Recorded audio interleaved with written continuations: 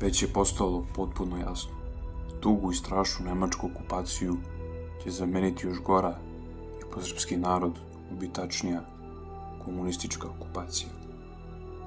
Srpski nacionalisti pokušavaju da se organizuju u pokušaju da se suprotstave najezdi crvenog terora.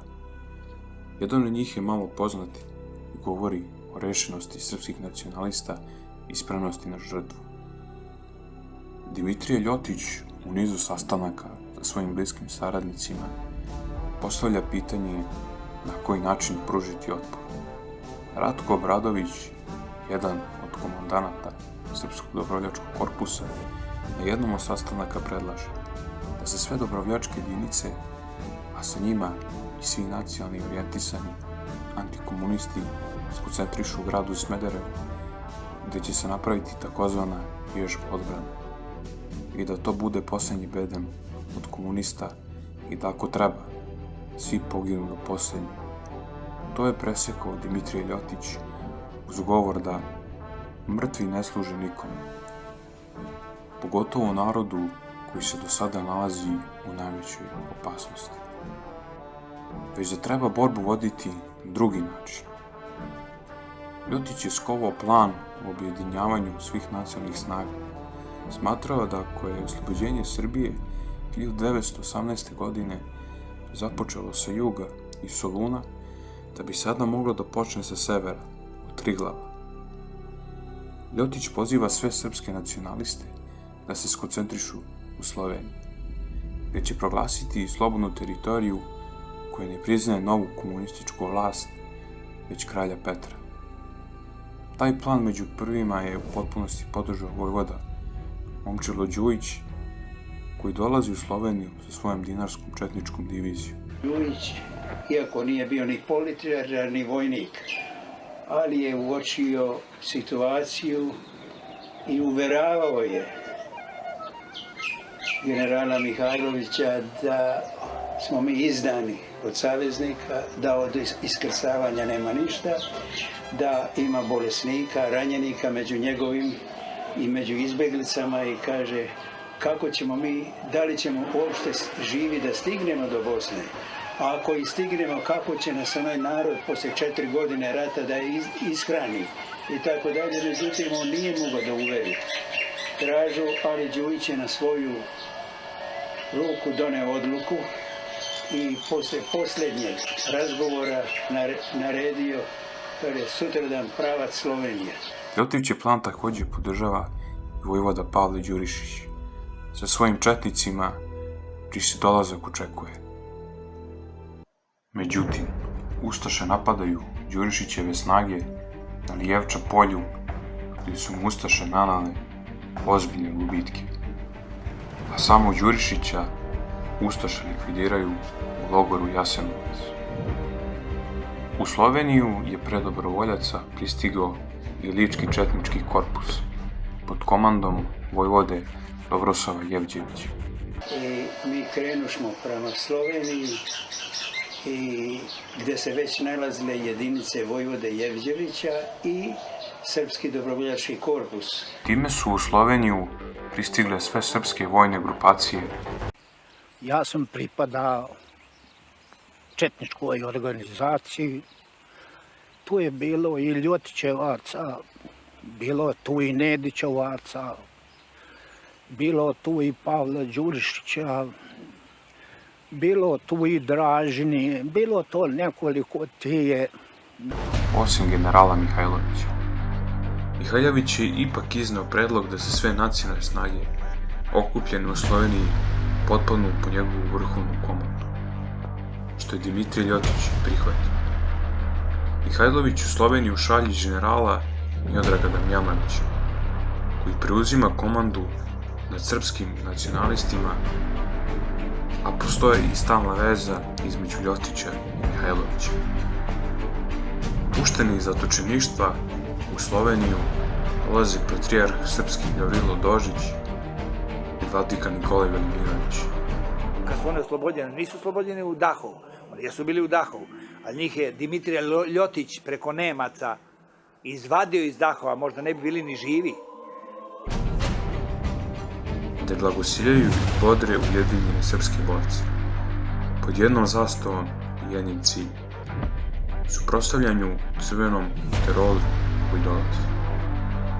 U jeku napora da se suprotstavi komunističkoj aždaji, Dimitrij Ljotić gine 23. aprila 1945. godine u saobraćajnoj nesreći, krenuši na sastanak sa patrijarhom i vladikom Nikolajem. Auto sa pokojnim Ljotićem tek ujutru nalazi i izvlače četnici Dinarske divizije, gdje su telo odneli u kapelu Dinarske divizije. Sutradan patrijarh Gavrilo i episkop Nikolaj služe u pelom nad odrom Dimitrija Ljotića. Ljotićeva smrt se odrazila i na moral nacionalnih boraca. Nekoliko dana kasnije, neuspevši da pruže jači otpor, dobrovoljci su se zajedno s ostalim nacionalnim snagama povukli u Italiju.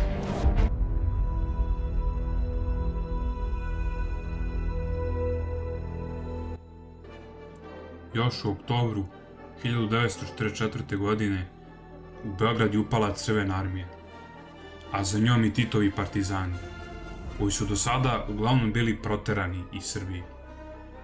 Uz pomoć saveznika i Staljinove Crvene armije, Tito i komunisti okupiraju Beograd, te novi okupatori počinju da zavode krvavi teror širom Srbije. Divljaštvo, zločini i pljačke postaju deo svakodnevnice. Winston Churchill još na početku rata izjavljuje da je Srbija našla svoju dušu, njegov politički pragmatizam.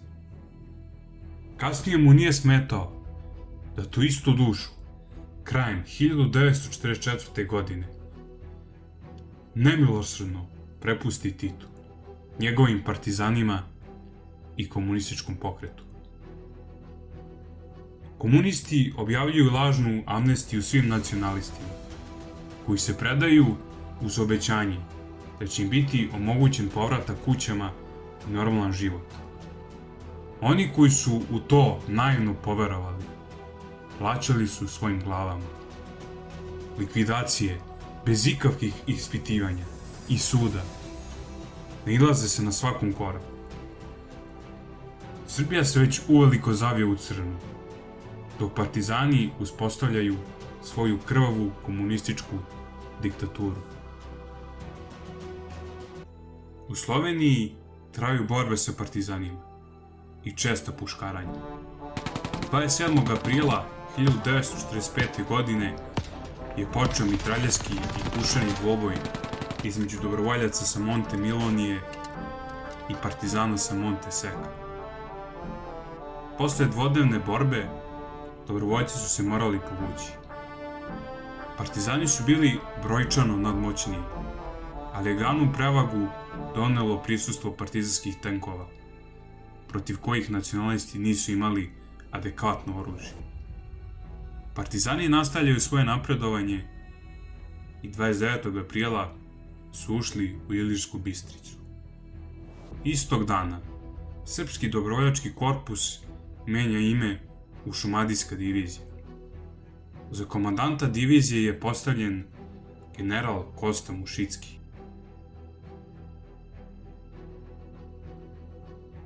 General Damjanović 29. aprila 1945. godine izdaje naredbu za povlačenje svih nacionalnih snaga u Italiji.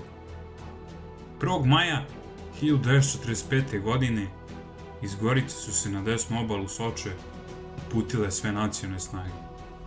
Osim 2. bataljona 1. puka, Srpskog dobrovoljačkog korpusa. Dobrovoljci vode teške borbe u Gorici. Te 2. maja komandant 1. puka izdaje naređenje da se most u Gorici digne u vazduh. Na mostu je, kao žrtva partizanske vatre, ostao mrtav potporučnik Mladen Bilić. Titu je odlaknulo kada je doznao da se nacionalne antikomunističke snage nalaze u povlačenju.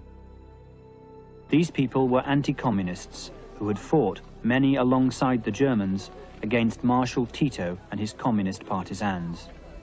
the British had sided with the communist, Marshal Tito. There was a myriad of groups opposing Tito.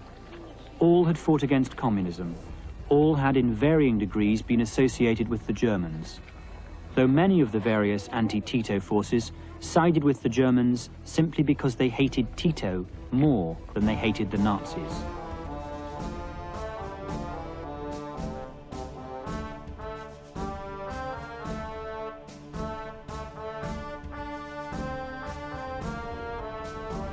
I u Italiju kad smo došli, tu su nas Englezi prevarili.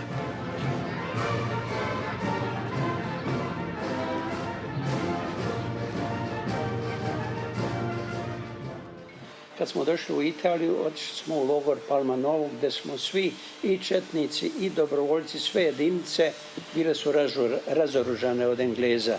Kad u podne, sad smo kod saveznika, u podne nas postroje u Karu, 12.000. Dođem, oficir, kapetan, pukovnik, ne znam šta je. Engleski kaže, imam naređenje od vrhovne komande, iz Rima, od Eisenhowera, koga ne znam ja, vi ste danas smatrate se kao ratni zarobljenici, morate položiti oružje. I ljudi možda se snađu, kako sad položimo oružje. I on kaže, ako nećete položiti oružje, da dovedemo armiju, pa se razoruža. Oružje postoje ovdje. I dva poručnika Ličana dođe su sa mitraljezima, sa redenicima i kažu onom mitralmaču, kažu gospodinu da mi smo nosili 4 godine oružje, nismo dali Nemcima, ni Ustašama, ni partizanima, ne damo ni Englezima. Kažu, nemojte dati, armija pa se razruša. I onda se bog ti njih dvojica, nakon on do pol ulice, niko ne shvaća bune. Mi smo u Kari. Skidaše mitraljeze, redenike, pištolje, lego se tap i Bobi ubišće noći naše 10-12.000. I ono dobro, jedni su kazali, svi pobite. Ajme, okej, kaže, oružje možeš prošli. Došli na neku poljanu i oko nas sve žica.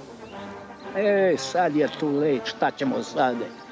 I onda nam narede, kaže, oficiri, kaže, mogu oružje da imaju, a vojska mora odložiti.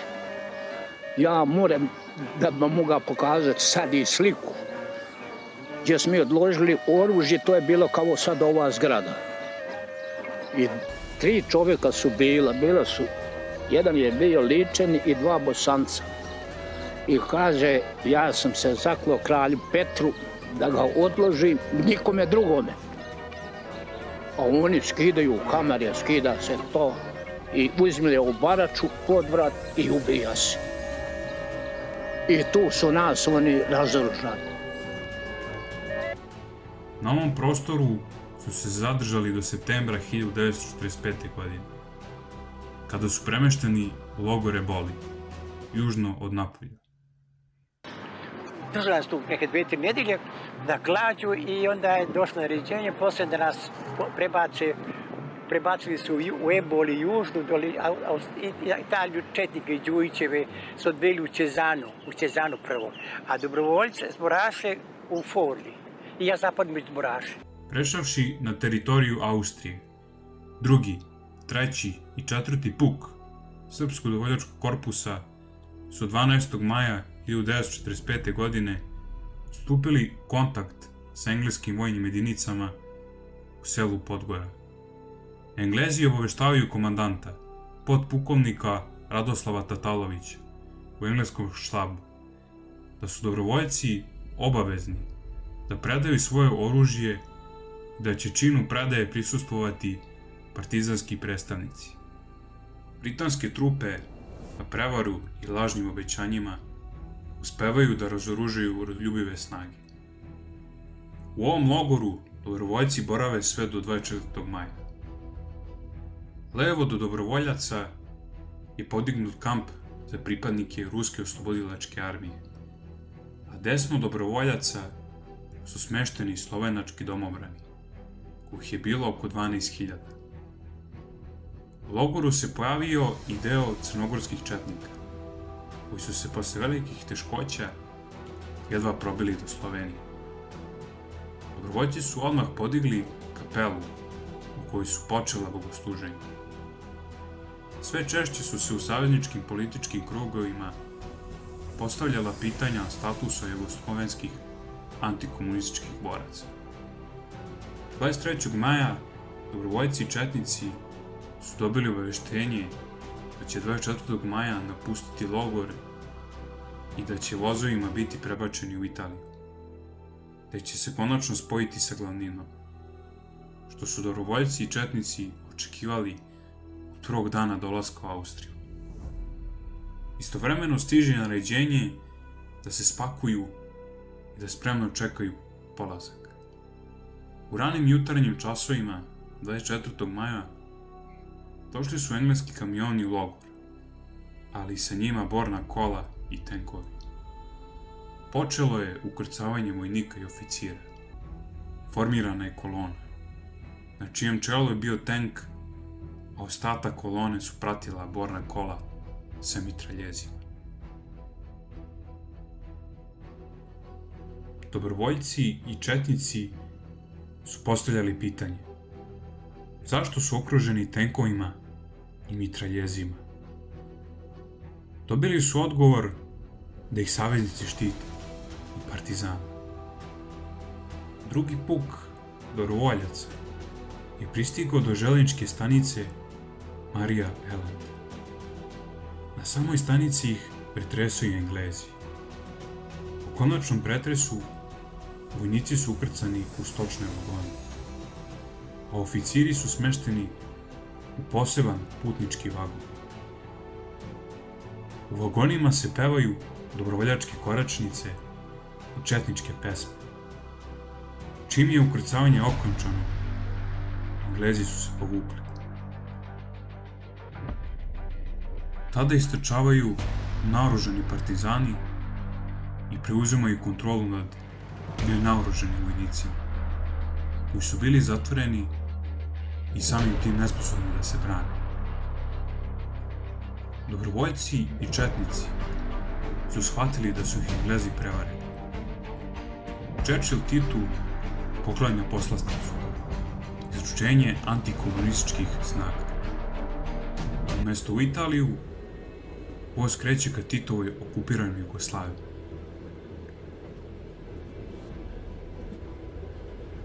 Uz put su na nekoliko stanica, kada je voz stajao, partizani vršili pljačku na dobrovoljcima. Dragocenosti i ostale predmete, poput krstića oko vrata, uz batine. Puk je prenoćio u Kranju, u Blatu. Podne, Puk je krenuo peške prema Ljubljani. 25. maja uveče pristigli su u Šentvid, gde su se zadržali do 28. maja. Tu su bili maltretirani. U logor 27. maja pristiže partizanska komisija na čelu sa krvolokom pukovnikom Slobodanom Penezićem Krcunom. Ova delegacija je donela naređenje iz Beograda o daljoj sudbini dobrovoljaca i crnogorskih četnika.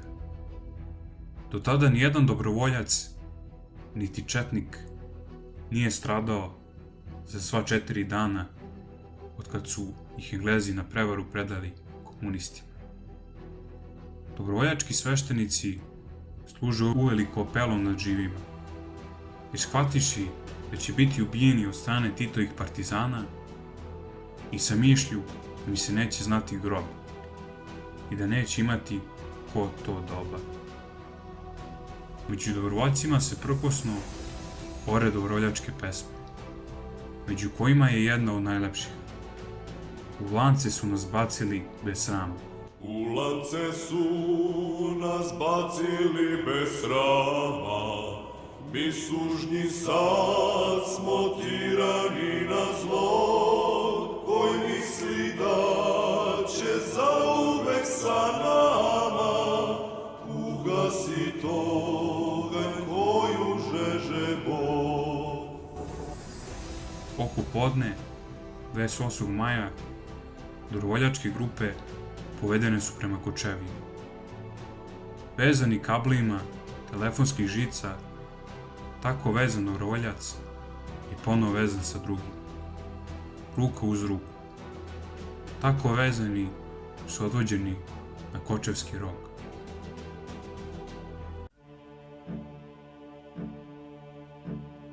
Koliko god su bili ozlojeđeni zbog britanskog verolamstva, toliko su srpski dobrovoljci bili pogođeni činjenicom da su ih partizani dobili bez borbe, razoružane, bez ikakve svoje zasluge. Dobrovoljci povedoše napolje, autobus i kamion. I tako su polugoli, vezani žicom, Titovi krvnici vodili na gubilište. Na putu za gubilište, nekolicina njih uspela da iz kamiona iskoči i da se spase. Najpribližniji do sada utvrđen broj ne prelazi više od 55 dobrovoljaca.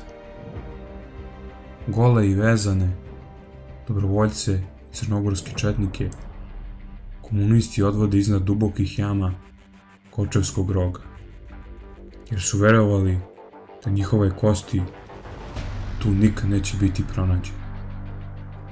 Komunisti koji su bili zaduženi nad nacionalistima iznad jama i koji su vršili zločin su svi bili poreklom Hrvati. Samo jedan od njih je bio Crnogorac. Mahom su se dobrovoljno javljali da završe svoj krvav posao. Dovedeni na ivice Kočevskih jama, pre nego ih partizani ubiju, neki su hrabro poviknuli: "Dignimo glave, lepo je umreti za otadžbinu, braćo moja." "Pucaj, gosan partizan, ovde gine vodnim dobrovoljac." "Pucajte, lešinari, šta čekate? Ni ja vas nisam štedeo." "Dole komunisti, živela Srbija, živeo kralj. S verom u Boga, za kralja i otadžbinu." Na to su im komunisti odgovorili pre nego što su ih likvidirali: "Sada ćete dobiti i za Boga, i za kralja, i za otadžbinu." Dobrovoljci i četnici su ubijeni mahom iz pučane vatre, ali je bilo i krvoločnih primjera gde su i klani, kako bi koji od partizanskih zlikovaca izrazio želju. Među partizanima je bila i Milka Planinc, politički komesar dalmatinske jedinice. Leševi su bacani u duboke jame. Zatim su partizani bacali u jame ručne bombe za svaki slučaj, da neko ne bi preživeo. Pored dobrovoljaca i četnika, ubijeno je nekoliko hiljada slovenačkih domobranaca, koji su bili odani kralju.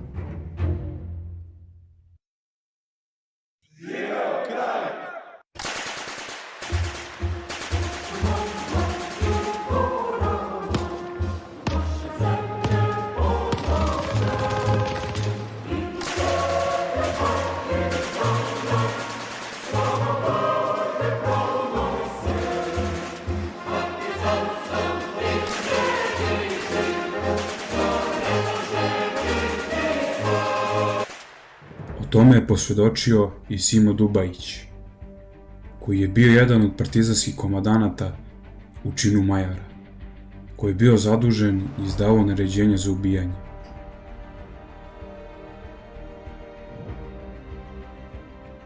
Posle izvesnog vremena, kad oni odu gore, vrati se onaj kurir i kaže: "Ovi su pobijeni, ajde sad vozi drugu grupu, 300, 500, oni odvozi drugu grupu, pomlace tu drugu grupu, kažu mi smo to potukli, dobro, naveče se završi, šta dalje, bacite trotilu, ne znam šta, da neko ne izađe van." Mnogi partizani su poludeli od ubijanja i klanja, o čemu je Dubajić takođe ostavio svoje svedočenje. Kasnije je ta partizanska jedinica otišla na odmor na Bled, gde su nagrađeni za svoj pokolj. Dobijali su satove, radio prijeme i ostale stvari. Recimo, detalji o tomu, kad dovode luda čovjeka koji je učestvovao u tom klanu, dovode ga, meni kaže: "Ovaj je poludio." Ja vidim stvarno luda čovjeka, čovjek s kojim ne možeš da razgovaraš. On misli da sam ja njemu mama i meni kaže, mama, slušaj, ja što, vidi bre, kako ti ja, mama, mislim, je li simulant, šta je? I takvih je bilo 10-ak nesretnika. Ovaj se pojavljuje kao Bog, jedan dolazi kao, šta je ovo? Ljudi, totalno ludi ljudi. Nesretni Beriša koji je bio jedan od glavnih egzekutora i koji je vidio baš najbolje te jame koje je to sve obilazio gore, on je sam završio tako. On je ubio i ženu, i djecu i sebe. Komunisti ubijaju sve ono što je dobro, što je poniklo monarhiji. I tako sebi kupiši mesto u najgorim krugovima pakla. Onda se među njima pojavila takozvana partizanska bolest, gdje su bili na nekoj vrsti lečenja. U Kočeviju je krajem maja 1945. godine streljano preko 2200 dobrovoljaca iz operativnog štaba 2., 3. i 4. puka. Najpribližniji tačan broj utvrđen je 2300 ubijenih dobrovoljaca, koji su partizani dobili na poklon od Britanaca iz Austrije. Dobrovoljačke jedinice su uglavnom uništene na Kočevskom rogu 1945. godine. Umirali su sa verom u Boga, sa čijom verom su krenuli u borbu za biološko spašavanje srpskog naroda od svojih prvih dana. 50. i 60. godina na ovim stratištima je bio pohranjivan industrijski otpad. Verovali su da će to večno vladati i skrivati istinu o krvavom proleću 1945. godine. Ova tema je decenijama bila zabranjena u Jugoslaviji od strane Brozovog režima. Svako ko bi pričao tada o Kočevskom rogu bio bi progonjen, uhapšen ili ubijen. Tek raspadom Jugoslavije, početkom 90. godina, Slovenija formira komisiju, čime su otkrivene masovne grobnice. Zanimljivo je da niko iz Srbije i Crne Gore nije tamo poslao stručne timove da pomognu da istina, posle toliko decenija, konačno izađe na video. Oni koji nisu završili u Kočevskim jamama, a koji su se nalazili u logorima u Italiji, su preživeli. Imali su sreće da je usledilo otkazivanje ugovora o repatrijaciji između Velike Britanije i Titove Jugoslavije. Kasnije preživeli emigriraju širom sveta, gde će i tada biti česta meta i žrtve Titove UDBE i njegovih dželata. Ne želeći da im oprosti to što su se junački i hrabro borili protiv njega i njegovog komunizma. Kao ni to što su i u emigrantskim danima svojim aktivnostima smetali zločinačkom Titovom režimu u Jugoslaviji.